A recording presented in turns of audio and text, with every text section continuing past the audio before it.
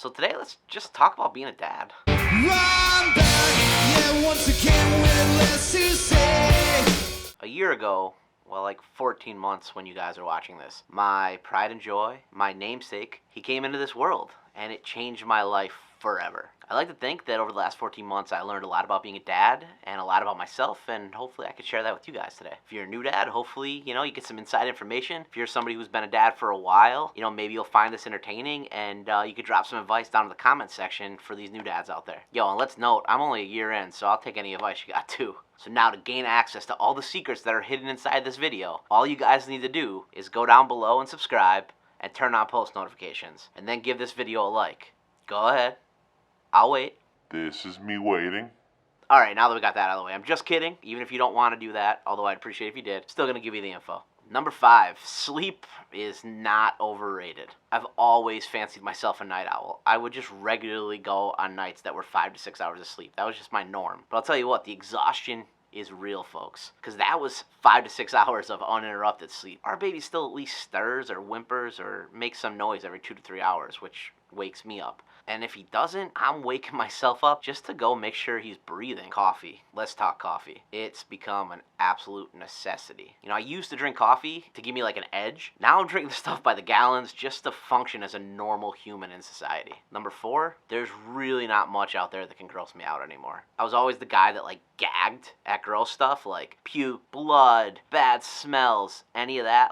I was gagging. That all changes real quick, guys. I've been pissed on in the last year more times than Donald Trump at a Moscow hotel. Doesn't even faze me. The first few poops are super gross, but it happens so much that you become immune really fast. Super fast, you find yourself judging their poops like you're an Olympic judge or something. That's a 10. Wow, what a good poop. Who's a good boy? Oh man, that one looks a little off. Should we call the doctor? I don't know about that. The worry subsides after a little bit too. As long as it's normal, you're fine. My kid would probably have to shit out a Matchbox car right now to really faze me. Joey was never a real big puker. He spit up. Obviously, every baby does. But the puke's been kind of few and far between. And I remember pre-COVID, it was the first night I was going to go out with my buddies just to get away from the house for a little while. And, I picked him up to say goodbye, and he just unloaded on me.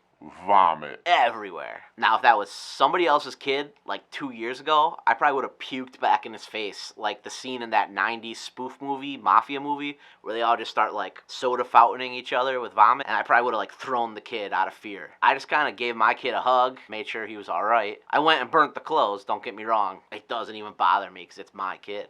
Speaking of clothes, I'm rocking this Giant hoodie brand hoodie right now. You guys should go check them out. This is not a sponsored ad. I just genuinely love all their shirts are one size. So even for a big guy like me, it's like a big baggy hoodie. I love it. Like I said, not a sponsored ad at all. This is just me loving these hoodies. Number 3, kids are super expensive. Listen, we're blessed. We live a pretty comfortable life. But you learn a whole new appreciation for the almighty dollar. Diapers are literally $45 a box. You could fill up your gas tank for the same price that you're paying for something for your kid to defecate in. Daycare. It's gotta be one of the biggest investments I've ever made in my life. I really think that by the time we're done with daycare, I probably could have put my kid through Yale. But I am trusting these people with my small, fragile child's life, so it's worth it. Let's talk about formula for a minute. Do you know that there's only 3 things they keep under lock and key in a grocery store? One of them is cigarettes, one of them is strong medication, the third is baby formula.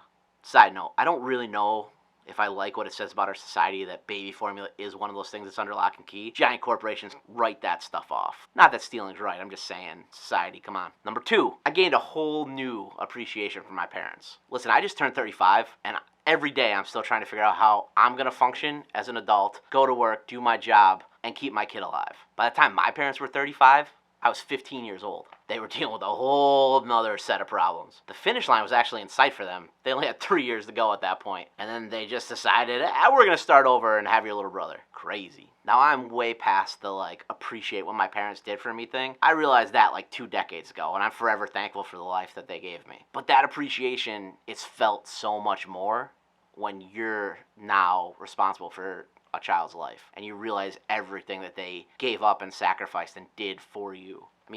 We're like middle class, fancy, suburban, have 2 coffee makers in the kitchen, type of family by the point we had a kid. My parents were kids themselves. My mom was 20 years old. She couldn't even legally purchase alcohol, and she was responsible for a tiny baby's life. Just the juxtaposition, when I was 20 years old, somebody was holding me upside down by my ankles, and I was upside down chugging beer directly out of the straw of a keg. At 20, I couldn't even be held responsible for my own life, let alone that of a child's. My mom was working 2 jobs, and my dad was in the Army. I mean, I'm beyond thankful for my job, and, I go to work every day, and I sit at a desk, and I do my job, and I provide for my family. My dad was doing Army guy stuff, which is pretty tough, and my mom was working during the day, coming home, taking care of me, and then, waitressing at night. I walk, 15 steps to my desk because of COVID. They were doing next level stuff.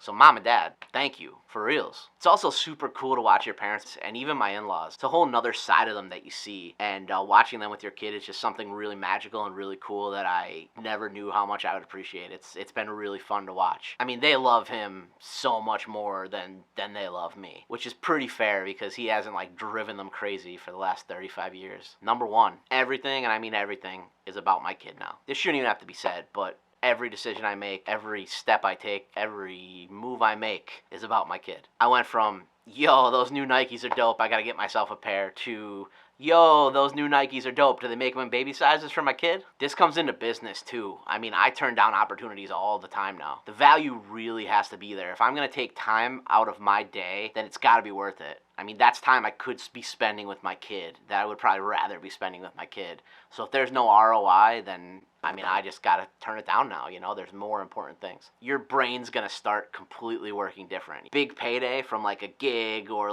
you win some money, whatever it is, you come into some money, you used to want to buy that new TV, now you're like, yo, I should put that in a high-performing Roth IRA and, set up a college fund for my kid. That new cheeseburger called Heart Attack on a Bun looks really great. Nah, you know what, I gotta start taking better care of myself and drinking more water and eating healthier and exercising because I want to be here to spend every possible day that I can on this earth with my son. And then there's high-level stuff, Should I vote for that orange sociopath with autocratic tendencies and just watch the world burn because that would be so punk rock? Nah, I'm gonna vote for the neoliberal that I'm not really excited about, but that I think is going to bring calm and peace to the country because I want my kid to have a better future. Priorities and perspectives change super fast, or at least they should. So if you're a new parent out there and you're expecting a child, congratulations. It's the best thing that's ever happened to me. And if you're a parent who's had a kid for a little while, we hope you enjoyed this video. So for all the new parents out there, if you have any questions, drop it down below. I don't know if I can answer it, but maybe somebody else can. And if you're a current parent, drop a comment down below and leave your best bit of advice for new parents. I just want to leave you with the fact that,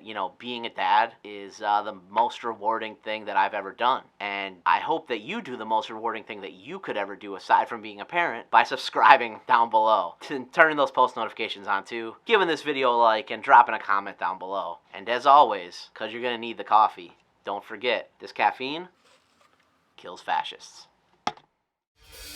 In your arms I've grown so still.